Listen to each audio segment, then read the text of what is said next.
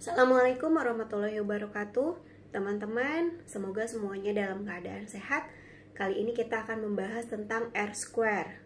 Jadi diharapkan setelah menonton video ini, teman-teman menjadi tahu R-square itu barangnya yang mana. Nah, di pertemuan sebelumnya kita sudah membahas bahwa Y dibagi menjadi 3 komponen, yaitu ada min, ada regresi, dan ada residu. Nah, min ini simbolnya Y bar, regresi dinyatakan atau regresi merupakan jarak antara Y aksen dengan Y bar, dan residu adalah jarak antara datanya kenyataan dengan hasil prediksinya. Nah, kemudian dalam prosesnya kita pindahkan Y bar ini ke sisi kiri, yang asalnya positif dia akan berubah menjadi negatif. Y min Y bar sama dengan Y aksen min Y bar, regresi ditambah dengan residu, yaitu jarak antara data fakta atau data kenyataan dengan hasil prediksinya. Nah, kemudian inilah yang disebut dengan regresi tadi ya. Ini regresi dan ini residu. Dimana kalau kita jumlahkan, kita gabungkan, jadi semua regresi untuk setiap titik kita gabungkan, lalu residu untuk setiap titik juga kita gabungkan.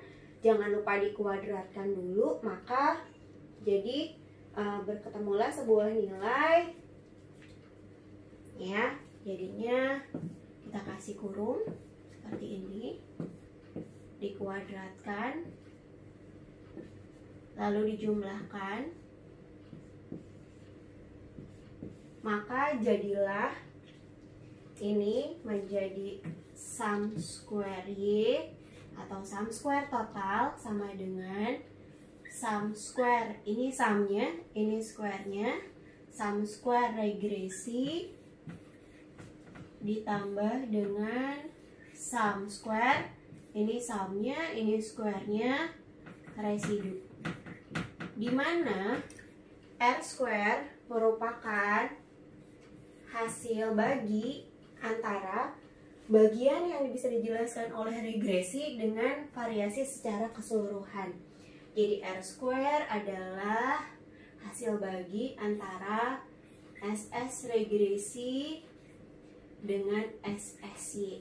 Nah, seperti itu. Jadi kalau misalkan saya mau menggambarkan dalam sebuah bidang datar, kurang lebih seperti ini. Misalkan saya punya variasi DV ya. Saya punya variasi DV sebesar ini. Variasi DV yang dinyatakan dalam SSY, sum square Y. Maka si variasi DV ini akan dibagi ke dalam 2 bagian. Dibagi menjadi 2 bagian, set.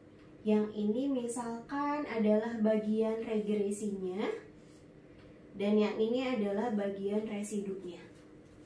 Bagian regresi dinyatakan dengan sum square regresi, dan bagian residu dinyatakan dengan sum square residu. Nah, R kuadrat adalah bagian yang ini ya, relatif terhadap variasi DV secara keseluruhan yang dinyatakan dengan SSY, sehingga persamaannya seperti ini ya. Itulah R kuadrat. Teman-teman, berapa sih nilai R kuadrat? Mungkin nggak dia nilainya negatif, mungkin nggak dia nilainya desimal seperti itu. Berapa nilai R kuadrat? Nilai R kuadrat akan berada di antara 0 sampai dengan 1 ya. Jadi nilainya di antara 0 sampai dengan 1. Kapan dia bernilai 0? Dia akan bernilai 0 ketika teman-teman bisa lihat, kalau saya dinyatakan lagi dalam persamaan ya, dalam rumus R kuadrat sama dengan SS regresi dibagi dengan SSY, atau saya ganti menjadi SS regresi ditambah SS residu. Tadi kan SSY penjumlahan antara SS regresi dan SS residu ya. Jadi SSY-nya saya ganti menjadi SS regresi ditambah SS residu. Nah, sekarang coba teman-teman perhatikan, dia akan bernilai 0 kalau apa? Kalau pembilangnya sama dengan 0. Jadi dia akan 0 kalau SS reg-nya sama dengan 0. Jadi 0 dibagi 0 dibagi 0 ditambah SS residu. Jadi dia akan 0 kalau seluruh variasi DV ini isinya residu. Ya, jadi bagian yang bisa dijelaskan oleh regresi itu nggak ada sama sekali. Isinya residu semua. Nah, sekarang kapan dia bernilai 1? Teman-teman lihat. Dia akan bernilai 1 kalau ini yang atas pembilang akan sama dengan penyebutnya. Kapan ini terjadi? Yaitu kalau residunya sama dengan 0.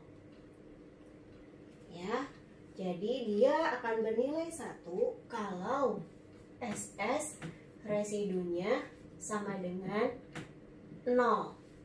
Artinya variasi DV ya, variasi DV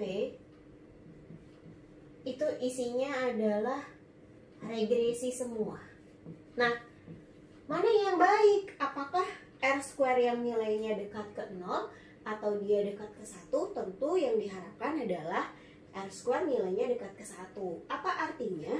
Artinya bagian yang bisa dijelaskan oleh regresi nilainya jauh lebih banyak dibandingkan dengan bagian yang residunya.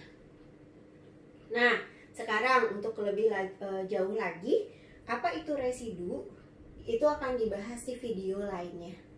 Terima kasih, ini adalah R². Singkat cerita, R² bisa didefinisikan menjadi variasi Y. Ya, variasi Y yang bisa dijelaskan oleh regresi.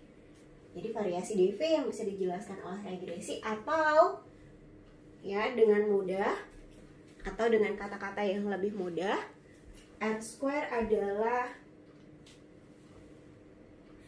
besar pengaruh